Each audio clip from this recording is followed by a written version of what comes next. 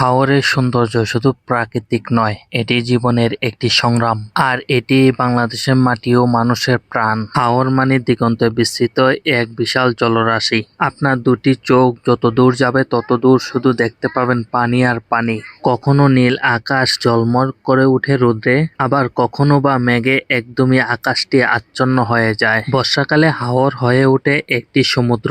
তরঙ্গের কল্লোল আর বাতাসের স্পিরিট মিলেমিশে তৈরি করে এক অন্যরকম সুর। শীতের সময় হাওরের পানি শুকিয়ে তৈরি হয় সবুজ শস্যক্ষেত। এতে প্রাণ ফিরে পায় গ্রামীণ জীবন। এখানে ভোর হওয়া মানে শীতের চাদরে মোড়ানো এক স্নিগ্ধ সকাল। সন্ধ্যা মানে সূর্যের রঙে রঙিন হয়ে ওঠে আকাশ। জ্যোৎস্না রাতে হাওরের বুক চিরে যখন ঝরে পড়ে আলো, তখন মনে হয় এই পৃথিবীর নয়, কোনো এক স্বর্গের দৃশ্য। ট্রলারের আশেপাশে মাঝে মধ্যে কিছু ছোট ছোট ডিঙি নৌকা দেখতে পাই। ছোট ছোট ডিঙি নৌকাগুলো মাছ ধরার কাজে ব্যবহৃত হয়। এখানে জেলেদের ধরা মাছ বেশিরভাগই শহরে চলে যায়।